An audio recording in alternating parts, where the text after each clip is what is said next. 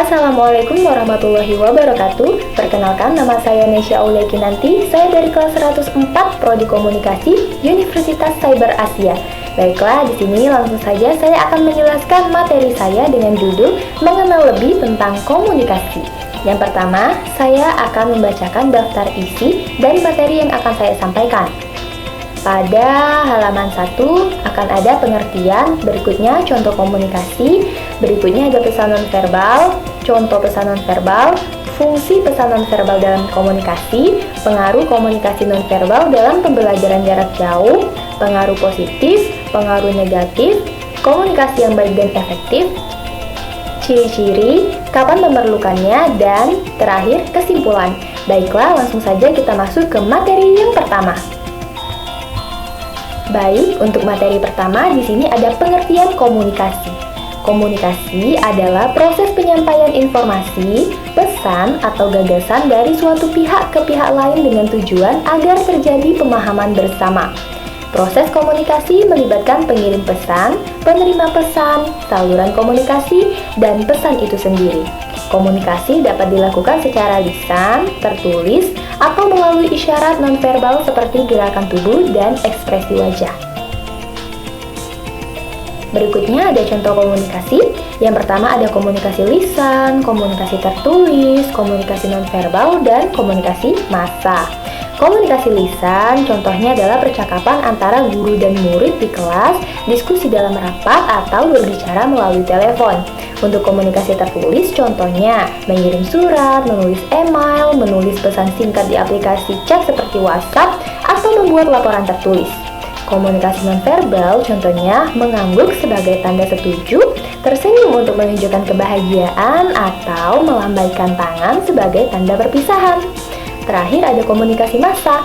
Contoh dari komunikasi massa yaitu siaran berita di televisi, postingan di media sosial, iklan di radio, atau konten video di platform seperti YouTube. Berikutnya saya akan menjelaskan tentang pesan nonverbal. Pesan nonverbal adalah bentuk komunikasi yang disampaikan tanpa menggunakan kata-kata, baik lisan maupun tulisan. Pesan ini biasanya disampaikan melalui bahasa tubuh, ekspresi wajah, gerakan, kontak mata, intonasi suara, atau simbol-simbol tertentu.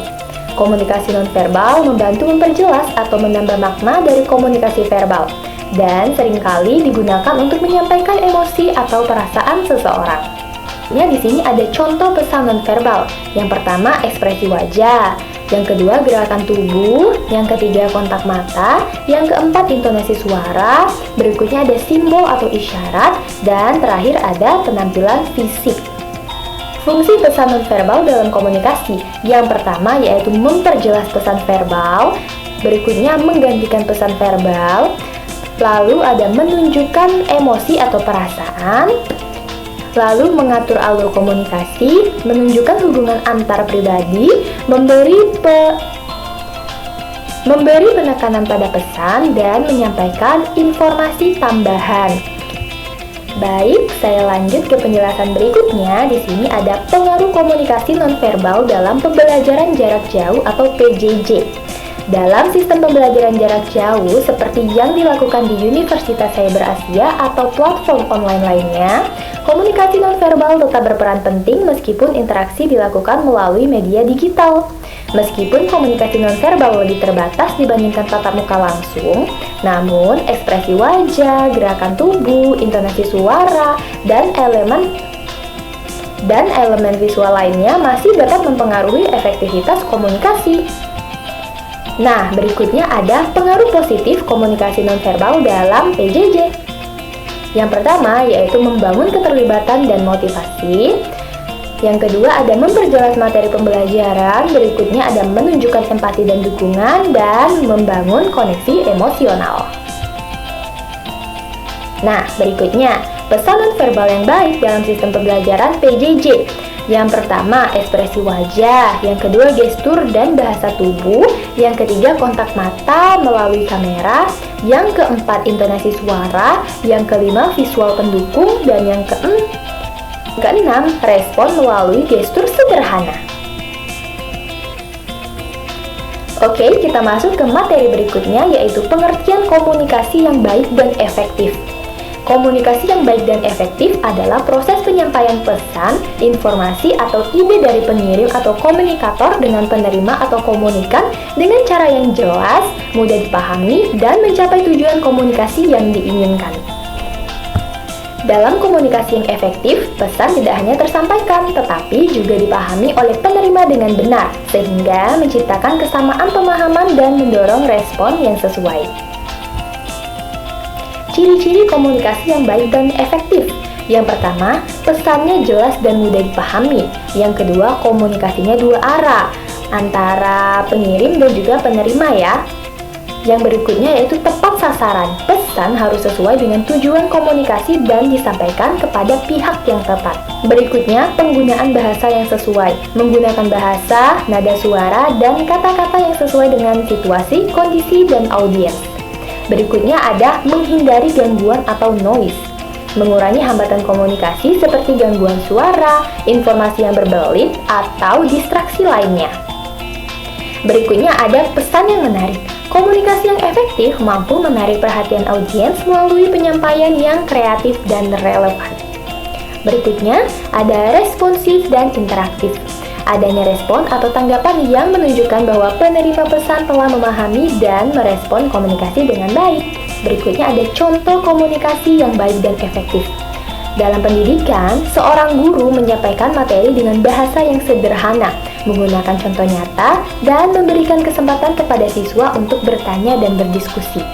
Dalam dunia kerja, seorang atasan memberikan instruksi kerja yang jelas dan terstruktur. Kemudian, meminta feedback dari karyawan untuk memastikan tidak ada miskomunikasi. Dalam kehidupan sehari-hari, berbicara dengan teman dengan nada yang ramah, mendengarkan dengan aktif, dan memberikan tanggapan yang relevan dalam percakapan.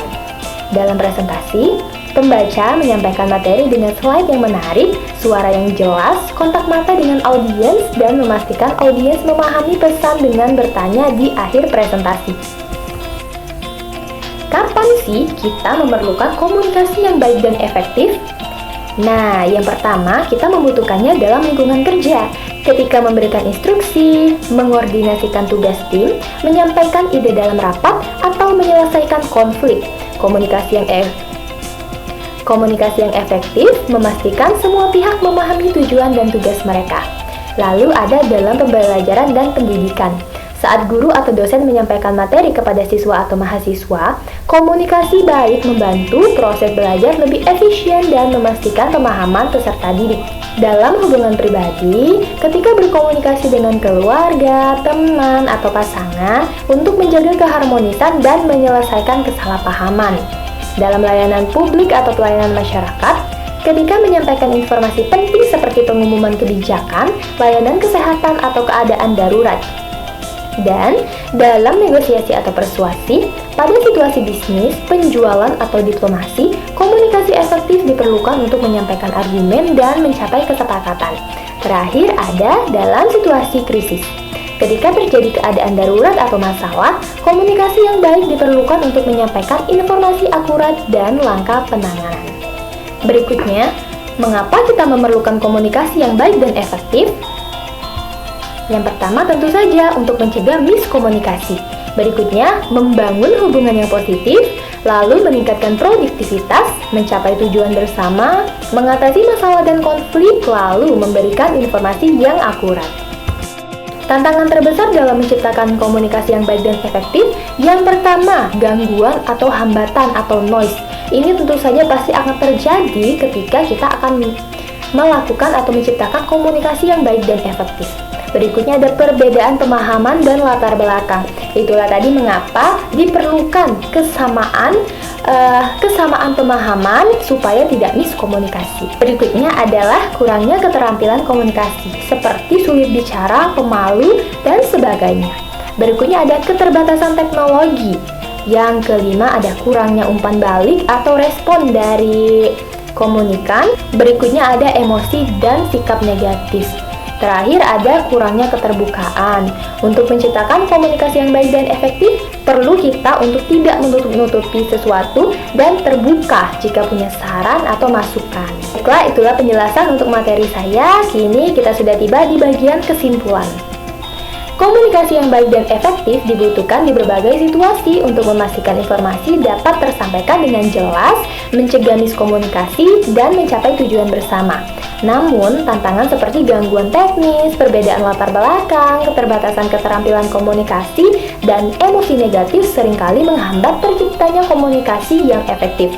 Oleh karena itu, diperlukan upaya seperti keterampilan komunikasi yang baik, mendengarkan dengan aktif, serta penggunaan teknologi dan metode komunikasi yang tepat.